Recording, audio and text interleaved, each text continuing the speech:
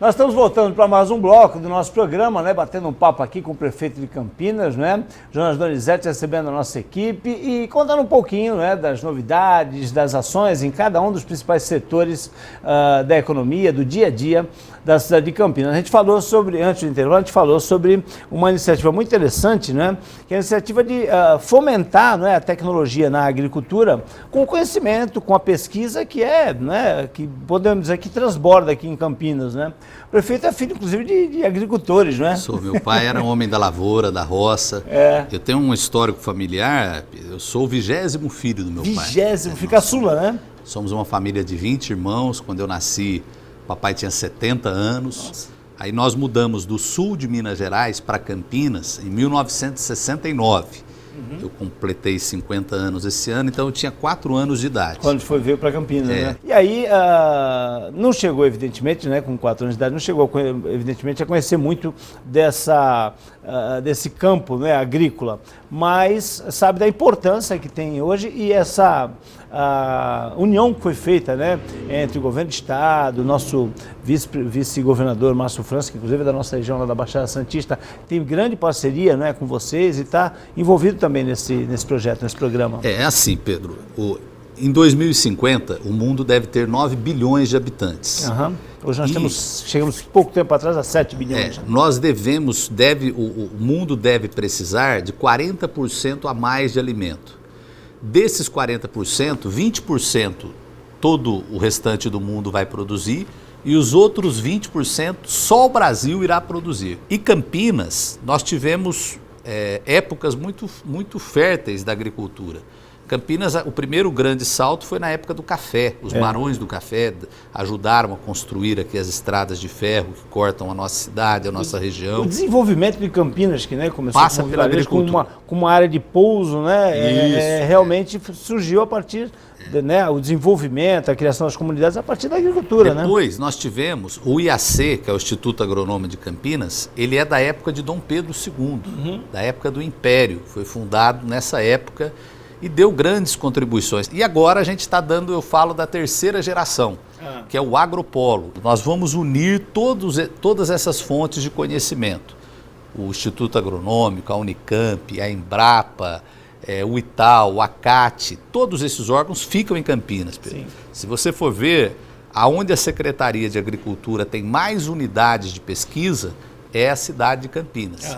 Então, esse agropolo, nós vamos unir todo esse conhecimento. Fizemos uma parceria com Montpellier na França. Montpellier fez isso há 30 anos.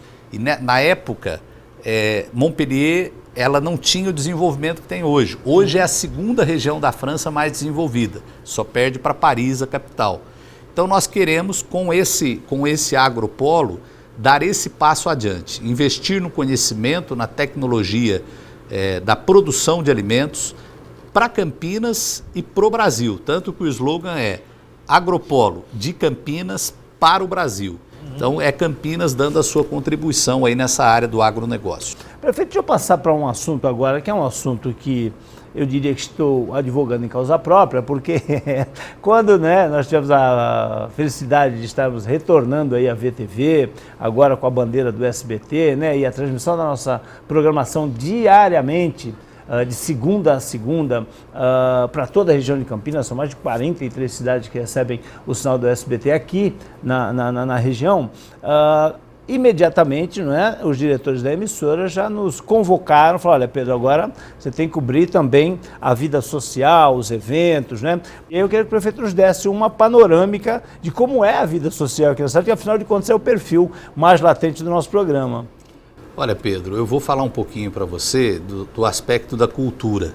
Campinas é a terra de Carlos Gomes, sim, né? É uma terra que tem uma... Guarani. Isso, é uma terra que tem uma grande riqueza cultural. Nós temos aqui também muitos artistas de todas as áreas que tiveram a sua origem aqui na cidade. Cláudia Raia é campineira. Cláudia Raia, Regina Duarte, Faustão, Maitê Proença. E, na verdade, o ano de 2014, nós registramos nos nossos equipamentos culturais 1.400.000 acessos. Nossa. É como se cada pessoa, nós temos 1.200.000 habitantes, se cada pessoa passasse pelo menos uma vez em cada evento, né? E esses eventos são os mais variados possíveis. Nós temos aqui a Lagoa do Taquaral, nós fizemos uma revitalização na concha da Lagoa do Taquaral. Todo final de ano na nossa administração nós fazemos um concerto especial de Natal. Sim. Então, nós temos uma vida cultural que passou por um momento difícil, né? Porque Campinas, antes da nossa administração, um pouco antes de eu assumir, ela teve 3 prefeitos em um ano. Então nós tivemos um tumulto muito grande na parte política. Isso afetou outras áreas, inclusive a área cultural. Mas agora renasceu de forma muito forte, né? Então esses eventos culturais, inclusive uma das apostas que nós fazemos, nós estamos prestes aí a terminar a licitação de um teatro, que será um teatro feitos com recursos estaduais, da ordem de 80 milhões de reais, que nós vamos fazer no Parque Ecológico. E nós queremos fazer de Campinas uma opção para São Paulo, não é concorrer com São Paulo. Como nós fizemos o Viracopos e deu certo, muita gente que antes ia pegar avião em São Paulo, pega avião hoje em Campinas, a gente quer que a pessoa tenha opção para escolher.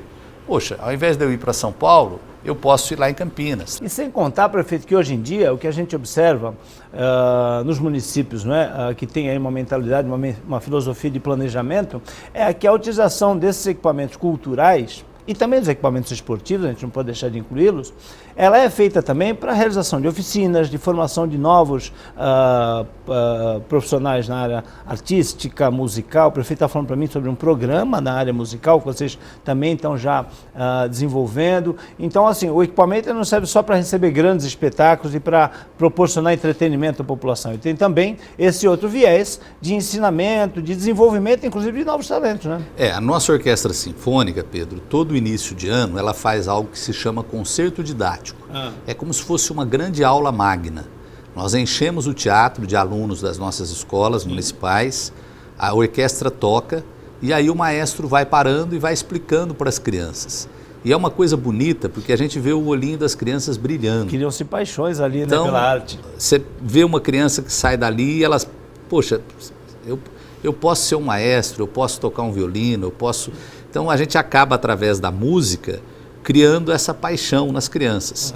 E também junto com isso nós criamos um projeto que se chama Primeira Nota. Primeira Nota. Então é uma escola de música, a prefeitura ela fornece o instrumento, a criança vai lá, faz a sua matrícula e agora nós estamos também fazendo esse projeto com crianças autistas, a primeira escola de música no Brasil trabalhando com crianças autistas. Que, aliás, tem uma sensibilidade, não é? Exatamente. Muitas vezes superior. Nós né? temos alguns projetos interessantes, Pedro. Por exemplo, todas as flores que você vê plantadas na cidade passam pelas mãos das nossas crianças da PAI.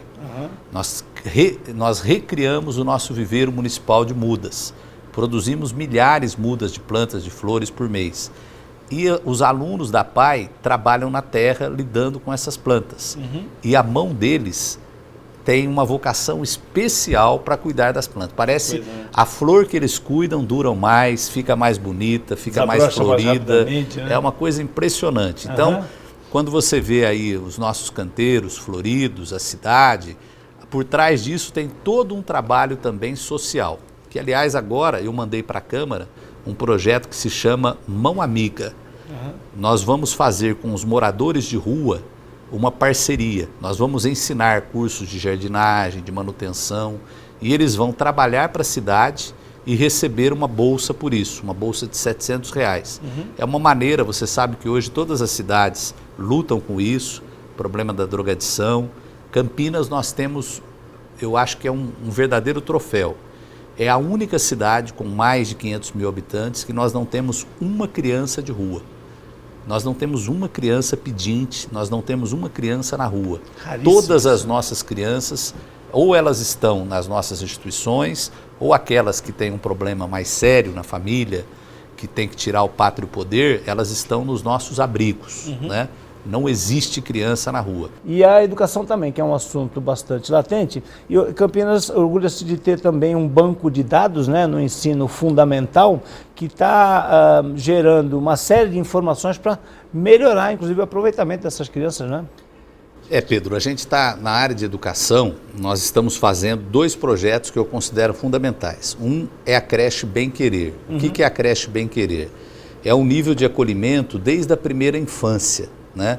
Para que nós possamos acolher as crianças na nossa creche e para que elas tenham já um cuidado especial nessa primeira infância. A primeira infância determina desde a alimentação, o cuidado que a criança vai receber, o estímulo para o aprendizado, sim, faz com que a criança tenha uma facilidade maior. Isso para então, as que precisam ir trabalhar? Isso, exatamente. Então nós criamos essa creche Bem Querer. Nós já entregamos 5 esse ano e até o final do ano nós entregamos mais 3 creches. Abrimos cerca de 3.000 vagas com as novas creches Bem Querer. E a outra realização são as escolas Bem Maior, que são escolas em ensino integral. Campinas não tinha nenhuma. Nós já temos 5 escolas que funcionam no ensino integral. Então a criança tem a aula de matemática, de português, agora nós estamos colocando robótica, ciência nas escolas, a aula de língua estrangeira, aula de música, artes, para preencher o tempo da criança. Em que etapa do ensino fundamental? É o ensino fundamental que pega do primeiro até o 9º ano. Eu tenho que encerrar esse nosso programa, foi muito agradável conversar com o prefeito e eu trago a ele também aqui um abraço do nosso prefeito de Santos, Paulo Alexandre, que aliás vocês têm 2 particularidades muito interessantes, né? A primeira delas, o Paulo já foi secretário de Ciência e Tecnologia, o prefeito também já foi, né? Eu fui presidente da Comissão de Ciência e Tecnologia na Assembleia. Presidente da Comissão de Ciência e Tecnologia. E uma das particularidades mais latentes, né, e mais visíveis é o fato de vocês trabalharem muito com planejamento, né? O prefeito anunciou aqui ao longo do nosso bate-papo várias ações que foram planejadas, algumas delas puderam ser até antecipadas, né? Eu acho que esse é um dos ingredientes que tem promovido aí o desenvolvimento de Campinas. Sem dúvida, Pedro. Eu usei essa frase do Vitor Hugo, filósofo, no meu programa de governo. Governar é você saber qual parte do futuro você pode trazer para o dia de hoje. Olha só. Esse é o exercício de governar, né? É a gente tentar antecipar as coisas para melhorar a vida das pessoas. Que legal. Prefeito Jonas Donizete, muito obrigado. Pedro, muito grato. Nós vamos encerrando o programa de hoje. Eu quero agradecer a audiência de todos vocês e convidá-los a nos acompanhar amanhã novamente aqui na VTV, afiliada do SBT, na Baixada Santista também, na região de Grande Campinas.